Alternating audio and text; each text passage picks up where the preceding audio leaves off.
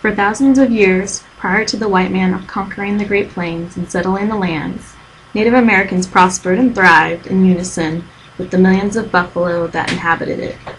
The buffalo not only sustained the lives of the Indians of the Great Plains, but were a key component in shaping and cultivating the lands.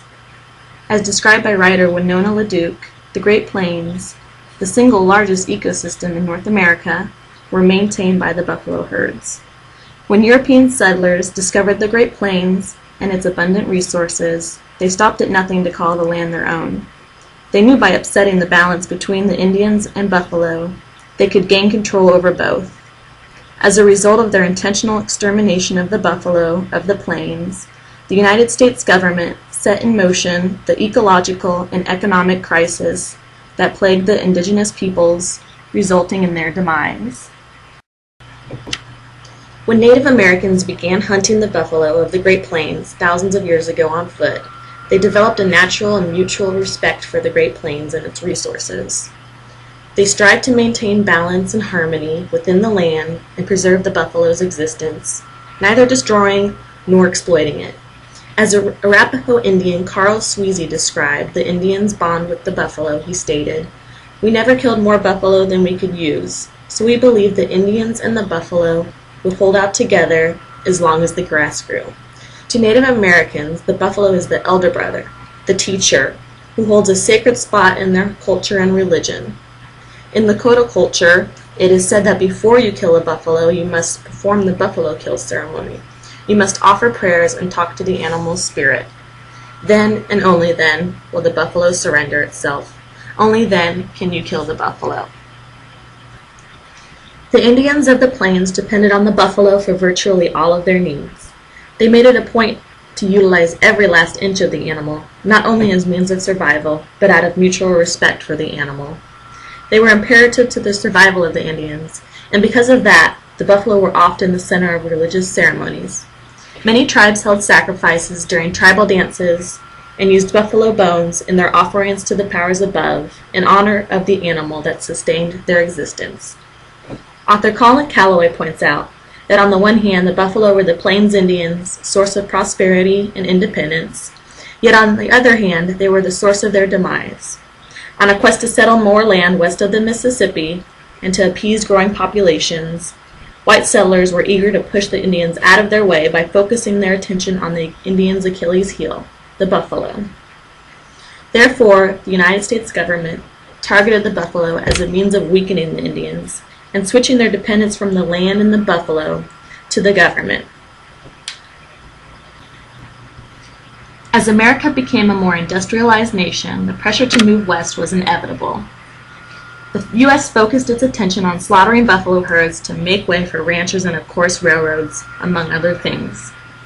The killing of the Plains Indians' main resource would in turn force them to become dependent on U.S. aid. In a matter of a few decades, by different means, the U.S. rid the plains of millions of buffalo. One of the catalysts to their demise was the completion of the first transcontinental railroad in 1869, which separated the buffalo into two distinct herds. With the railroad came a frenzy of new settlers and buffalo hunters who were wanting in on their share of the wealth. The U.S. military, along with professional hide hunters from the U.S. and abroad, set out to bring the buffalo herds closer to extinction, which in turn would drive the Indians into the government's arms. Some settlers shot for the sport and left the carcasses to rot on the plains.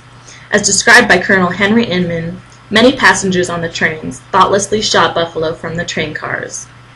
He describes, "The latter class heartlessly killed for the excitement of the new experience as they rode along in the cars at a low rate of speed, often never touching a particle of the flesh of their victims or possessing themselves of a single robe."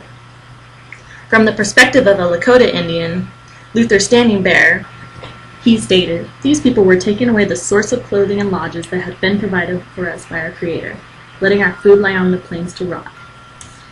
General Philip Sheridan defended the buffalo hunters in spite of Texas legislator to protect the buffalo, saying, "These men have done more in the last 2 years and will do more in the next year to settle the vexed Indian question than the entire regular army has done in the last 40 years. They are destroying the Indians' commissary." and it is a well-known fact that an army losing its base of supplies is based at a great disadvantage. Send them power and lead if you will, but for a lasting peace, let them kill, skin, and sell until the buffalo are exterminated.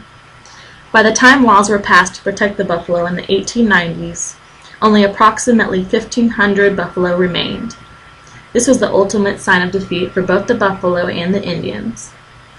With the Plains Indians' way of life lost, they succumbed to the pressure of the government to flock to reservations as a means of survival. With this forced assimilation and the cultural shock they suffered, many were at a loss. They didn't understand how such a sacred animal in their eyes could be so thoughtlessly exterminated. Of those Indians who had not died as a result of starvation, many forced on reservations became sick and sedentary from not hunting the buffalo like they once did. Others turned to alcohol to cope with the loss. Comanche Chief Ten Bears stated, "2 years ago, I came upon this road, following the buffalo, that my wife and children might have their cheeks plump and their bodies warm. But the soldiers fired on us, and since that time there has been a noise like that of a thunderstorm, and we have not known which way to go." With the destruction of the buffalo came the downfall of the Great Plains Indians within a matter of decades. The harmony and balance they created on the lands for thousands of years between the people, the animals, and the land proved no match to the United States and its conquest for ultimate authority.